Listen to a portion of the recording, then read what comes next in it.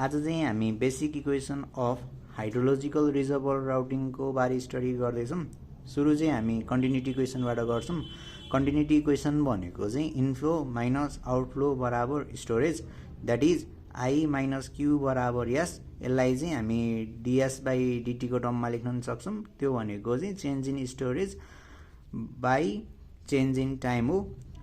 त्यस्तै गरेर for over time interval of del T and del S it can be return as I1 plus I2 divided by 2 into del T minus Q1 plus Q2 divided by 2 into del T भनेको चाहिँ change in storage हो, जसलाई चाहिँ हामी S2 minus S1 को टर्ममा लेख्न सक्छौँ। त्यस्तै गरेर in hydrological channel routing for prism storage is equals to function of outflow हुन्छ। त्यो भनेको चाहिँ function of F times of outflow Q. अनि for wedge storage can be return as function of inflow. त्यो भनेको चाहिँ function of F times I.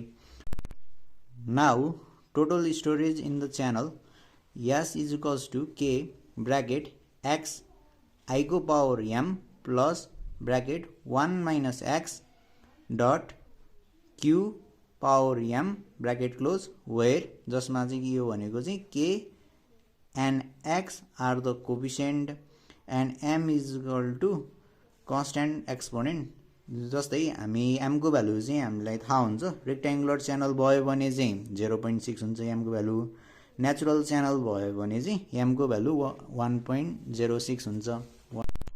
For m is equals to 1 in total storage in a channel, above expression can be written as total storage is equals to k bracket x into I को power m plus bracket 1 minus x into q को power m।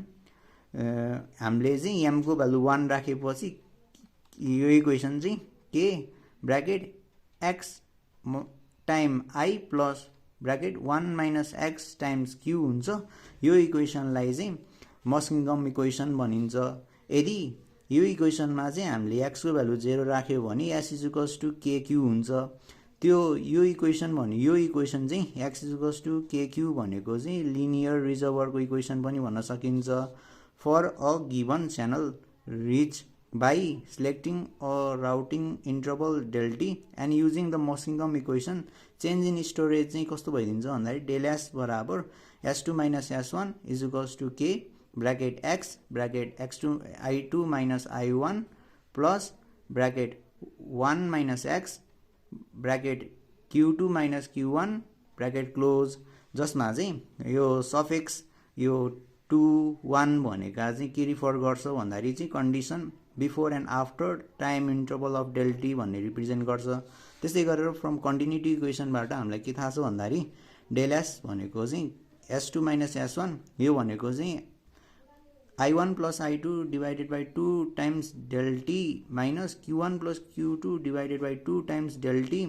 यो दुईटा इक्वेसनलाई हामीले solve गर्यो भने हामीले नयाँ equation भेट्छौँ। त्यो भनेको चाहिँ Q2 बराबर C0 times I2 plus C1 times I1 plus C2 times Q1, जसमा चाहिँ यो C0 भनेको चाहिँ minus KX plus 0.5 del T divided by K minus KX plus 0.5 del T. त्यस्तै गरेर C1 भनेको चाहिँ KX plus 0.5 del T, K minus KX plus 0.5 del T. त्यस्तै गरेर C2 भनेको चाहिँ K minus KX minus 0.5 del T divide K minus KX plus 0.5 del T. अनि यो के हुन्छ भन्दाखेरि यो C0 plus C1 plus C2 is equals to जहिले पनि 1 नै आउनुपर्छ। त्यस्तै गरेर यदि हामीले यो इक्वेसनमा चाहिँ यो इक्वेसनमा x को भ्यालु 0 राख्यो भने यो इक्वेसनले चाहिँ लिनियर रिजर्भर राउटिङलाई डिनोट गर्छ। त्यस्तो गर्दाखेरि यो भ्यालु चाहिँ C0 भनेको चाहिँ 0.5 del T by K plus 0.5 del T हुन पुग्छ। त्यस्तै गरेर C1 भनेको चाहिँ 0.5 del T by K plus 0.5 del T हुन्छ।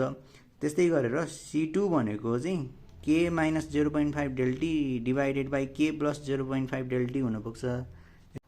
आजलाई चाहिँ हामी यतिसम्म गर्छौँ। अर्को भिडियोमा भेटौँला। त्यतिसम्म हामीलाई सब्स्क्राइब गर्नुहोला, लाइक गर्नुहोला।